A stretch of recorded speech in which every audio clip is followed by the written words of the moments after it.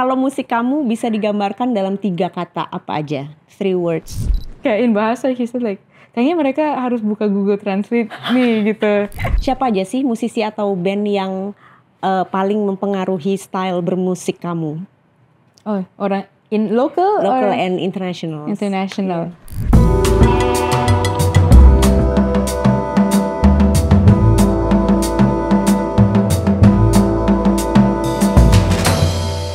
Alex teh.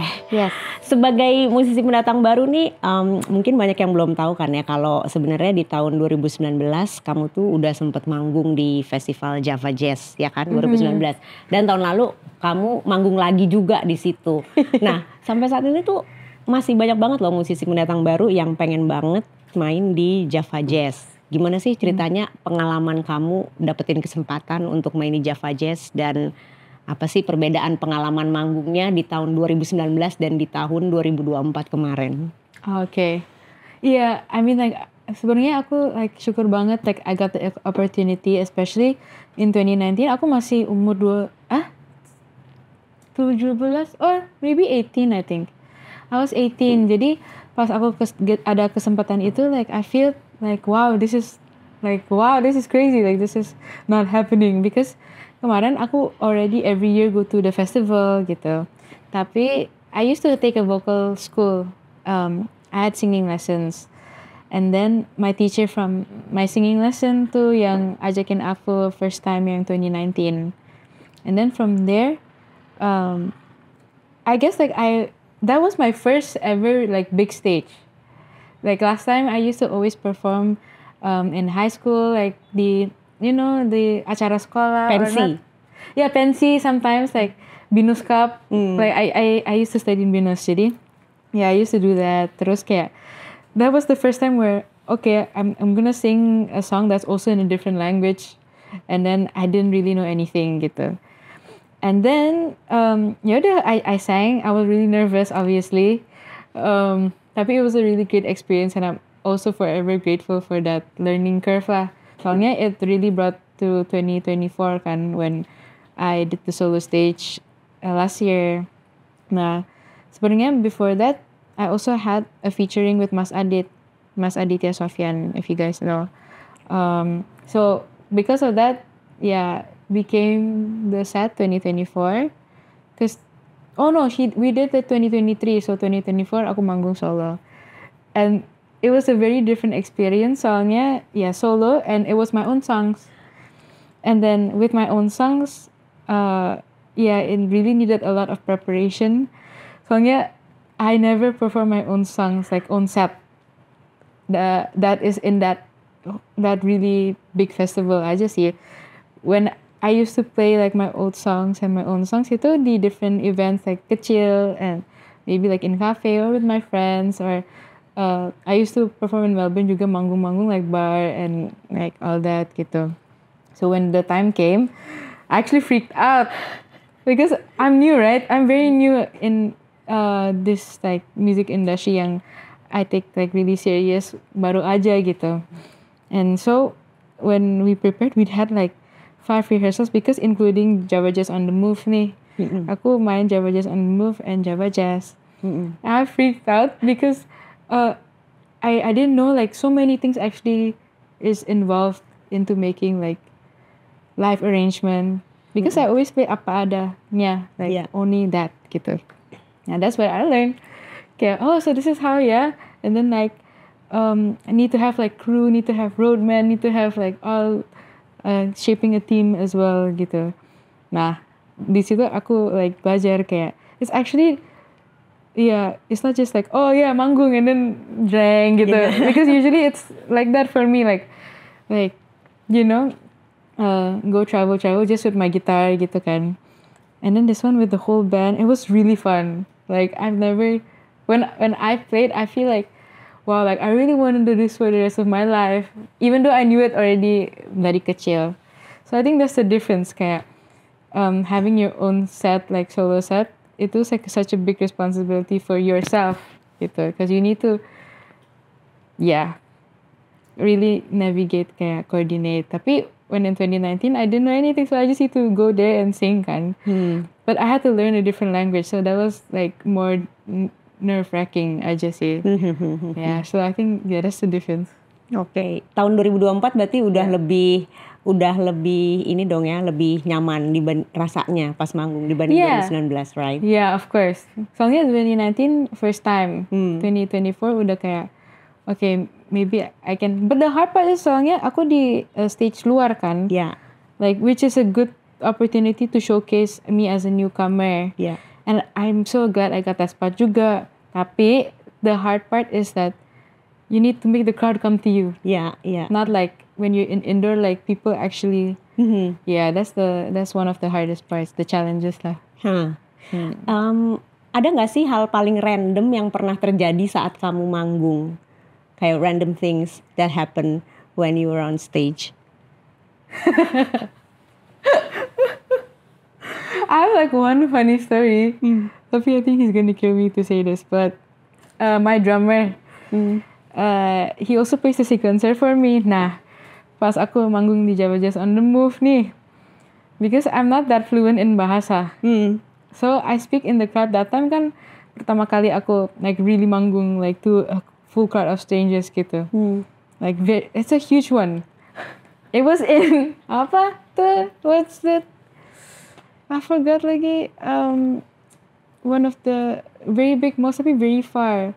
Like it had a lot of like old decorations, like retro. Ini di Kota Tua, bukan? No. Like very Hollywood. Like it's like a small Hollywood town gitu. Okay. Like yeah, there was Java Jazz on the Move lah pokoknya. And then so when I played, I speak in English kan. I would speak in English because it was in Tangerang. Oh, Tangsel. Yeah, okay. All there. Like it was really far from the Jaksel area. Okay. Gitu. Terus aku bahasa Inggris kan. Bahasa Inggris nih to the crowd. Tapi like the crowd didn't really understand me speaking English gitu kan. Maybe ya. And then so my drummer and he also plays sequencer. So we have talkbacks in our ears kan. Yeah. And he would like say like, Lex, kayak I think these people like kayak in bahasa he said like kayaknya mereka harus buka Google Translate nih gitu to understand you.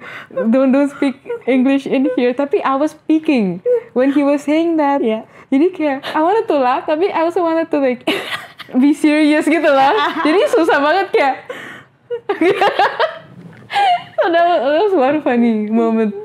Jadi akhirnya kamu ngomong bahasa Indonesia dong? Jadi habis itu aku mix, so it became like a bit awkward gitu lah. Because I wanted to start laughing and then I was like, ya bener juga ya gitu. Tapi that time when I talk back, I didn't know like can talk back. So I wanted to say it like to my drummer / sequencer player. I want to say it, tapi if I say it then the whole crowd will hear it. Yeah. Then I forget gitu. I was like, oh no. So bad ya. Nah, kamu kan udah punya beberapa lagu sendiri ya. Yang terbaru itu Five ya judulnya ya. Boleh ceritain dong tentang Five? Okay, so Five is my latest single and it's about mau jadi umur 5 tahun lagi soalnya you don't wanna be an adult. Like adulting is hard and very unpredictable. Okay. So that's the main message of Five. Main message pokoknya pengennya forever young, in childhood era ya. Yeah, in your childhood. Apa sih tantangan terbesar kamu sebagai musisi? Apa tantangan terbesar? What is your biggest challenge as musician? Like in general? In general, a lot sih. Like, I feel like, I think maybe the most challenging part is to grow a market that is suitable for people to listen to your music. I think one of the challenges is that because especially I'm very new in here. Banyak artis-artis that's also new. Yes. So it's very. I think the most challenging is to also just find your voice in the middle of the crowd. I just see, especially there's so many new young talents juga and. The streaming platform kan udah banyak nih kayak and also the artists like barrier of entry juga kan because like they can just submit their song and then kayak pitch it as well, right? Yeah, yes. I think to concept what I learned, like maybe I could be wrong, tapi the challenge I feel is that to have that sort of like branding as well gitu. Yeah. And to really just stay authentic, because I always believe like the best music that comes out is when it comes from your heart kan, not because like people tell you to make this kind of music or like that kind of music kan. And yeah, that's why I feel like that's the hard part, especially when other people is already very, I guess like experience in the Indonesian market juga kan. Yeah. To mereka udah nih already have that branding and that shape. So for me as a new artist, it also feels harder just to like get that. Yeah. Right? Like Yeah. and also because I think with social media, which it can be a very good thing. I think it's a really good thing, but at the same time, it's also really hard because artists need to make content. Yes. Like I think that's the hardest challenge for me, to make content to fit your branding, and you have to actually think stuff out of music. Well, as musicians, we always think nih, gimana kita cara the best way to express ourselves itu through our music. Gimana? That's the only thing we actually had to think of before all this content creation came along kan. Yeah. Now we have to think about two things. Yeah. So that's the hardest challenge for me. Yeah. Okay. Apa sih yang membuat kamu pengen serius menekuni musik? Oh. Sebenarnya I had that conversation with my parents kayak there was a time like I think just a few days ago I was like, I don't know if I can do this gitu. Like I don't know if I can like not like compare, but like I don't know how to jalanin gitu, because I've always just made music for fun. Okay. Like for me music was my medium of expression soalnya aku like when I was a child, public speaking was a bit hard for me gitu. Okay. So I love telling stories. Tapi when you ask me to tell a story, I love it. Yeah. So I feel like I can do it best when I do music. I can tell my own story, my own truth gitu to people. Nah, when you have to do serious in music, it's a different thing. Like beda banget. But then when I was a kid, I've always wanted to know. I wanted to sing. Okay. And then I also write songs since I was little juga. Nah, I've always known that I want to be serious, tapi I don't know when. Okay. Nah, habis I go Melbourne kan, I used to study in Melbourne. Aku uni there, and I realized kayak, I think aku mau balik there for good, because I think there's just more opportunities to grow di sini, and like actually take that step, like that leap of faith to, even though I'm new and gitu, at least I can start from my home, right? Tapi even when I was in uni, I had a rock band, I performed, I still love performing, and I keep wanting to do it. Jadi even though I studied psychology, it always like leaned more towards music. Okay. Music. I even told my mom like I might want to just drop out and do like music gitu. Pastinya nggak dikasih Ya dong pasti itu. enggak. Not drop out of uni tapi transfer schools gitu. Okay. Tapi it was during COVID jadi susah. Tapi I always felt like my heart was serious to music. Like I feel like that's maybe the only thing I might be good at gitu. Or like at least try to be good at. Because I have passion in there. Nah, that's the moment I try to really serious in my music. Okay. Ada nggak sih hal yang paling mengejutkan yang kamu pelajari selama perjalanan musik kamu sejauh ini? Surprise gitu ya? The most surprising thing. Most surprising thing. The most surprising thing. Kayak the industry, the people in the industry, the media, the netizen part, your audience. Apa yang membuat kamu surprise? Everything sih. I mean, a lot of Seperti di people. Tangsel itu surprise Yeah, juga they're ya? surprised too. I mean, like not a lot of things surprise, tapi in a good way. Like sometimes, like we have to deal with events that maybe, yeah, I mean, like I mentioned before, like sometimes we have technical difficulties, which is actually common. Tapi the surprising thing is like sometimes like management wise as well, like you didn't know you need this. What else ya? Maybe the surprising thing would be that semua orang-orang kayak connected so easily. Like whether it's the audience or like the people in the industry, kayak orang-orang itu aja gitu. Or like, because I feel like that's a good surprise because soalnya musik di sini kayak based on community banget gitu, which is really nice because that's what music is supposed to do gitu. That's the most good surprise. Tapi there's like a not so good surprises, yeah, like technical difficulties maybe, like you have to wait in the heat for hours, like which I am glad to do because it's all part of the process juga. Yeah.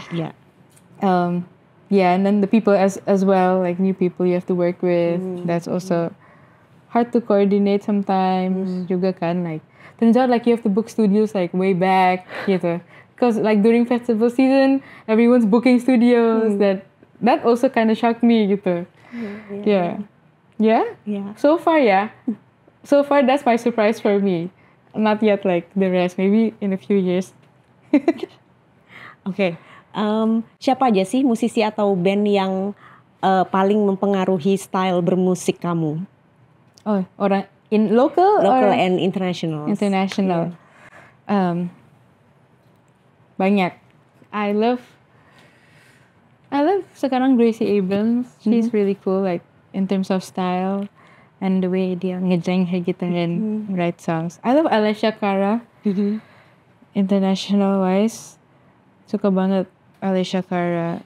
Tori Kelly was like my inspiration dari dulu. Maggie Rogers, I love. And then maybe like local, I would say. Banyak musisi local, but they're like my friends juga. Yeah. Right, so it's like, yeah, everyone deh. A lot of my friends inspire me like in the music industry juga. Especially like they can really like Arash. Yeah, Arash is one of Arash like, my Buana. friends. Yeah, that's really really good. Yeah, his songwriting skills are amazing, and his guitar skills really good. I think one of it is him, and a lot of my other friends. Kalau kamu bisa memperkenalkan salah satu lagu kamu ke musisi favorit kamu, ini international ya, lagu mana yang akan kamu pilih? Just one song. Oh, susah. Yang That's mana? already released, right? Iya. Okay. Pertama, yang kamu mau memperkenalkan lagu kamu ke musisi favorit kamu, yang mana? Musisi favorit kamu yang luarnya tuh siapa dulu? Abis itu kamu mau bawa salah satu lagu kamu ke dia, memperkenalkannya itu which one? I Love You So maybe. Iya, ke musisi favoritnya yang mana nih? Favorit. Yang international. Probably, I mean my childhood idol always been Tori Kelly sih. Okay. Hopefully I can show her one day. Okay. Kalau enggak ya Taylor Swift. Okay. I love her. Yeah, either one of those two. Oke, tapi berarti lagu kamu yang judulnya I Love You So ya, yang mau kamu present ke mereka itu. Why? Probably. Kenapa lagu yang itu? Because I feel like it's the most, I guess like folk pop song juga, and also it just really shows who I am because that's the first yang bener-bener like guitar and like it's very easy listening as well, and the meaning behind the song is also maybe they can relate to it, like universally. But also like I think one more song I'd pick, tapi this is beda kategori ya, like probably Seasons. Okay. Itu sebelum I Love You So kan ya? Yeah. Seasons before I Love You So. And the reason for that is because I made it, right? I made it, and for the public it's like hard to accept, I guess, like if you see the results and comparing to like I Love You So and 5 and the newer ones after that, because like my musician friends around me, like my session players and my musician friends, like artists, mereka love Seasons, like they like Seasons the most. Tapi beda sama the public because I guess like the melody and the chords juga musisi banget. Iya. Yeah. And maybe I'll show that to a musician. Oke. Like rather than like a singer, artist gitu. Maybe like Maggie Rogers. Like those type. I would show that. Tapi that's like a beda kategori if I had to choose one. Oke. Yeah. Kalau musik kamu jadi soundtrack hidup seseorang nih ya, kamu maunya itu untuk momen apa? Misalnya untuk soundtrack hidup seseorang, misalnya musik kamu itu jadi soundtrack film hidup aku gitu. Kamu merasa lagu kamu itu cocoknya jadi soundtrack film hidup aku untuk momen aku yang mana? Oh, kalau Kak Vivit? Aku I Love You So sih masih. I Love You So. Iya. Kalau untuk orang lain misalnya, just for random people itu kamu merasa lagu kamu itu cocok untuk soundtrack hidup orang di momen yang seperti apa? Mungkin like, because I wrote this few songs for in my 20s, gitu, right? So I guess just when you're in your 20s like young and free gitu. I think that moment like in those di indie movies atau kayak growing up movies yang talk about like your crisis like as a young adult gitu. Kayak coming of age situation. Coming of age. That also bisa work.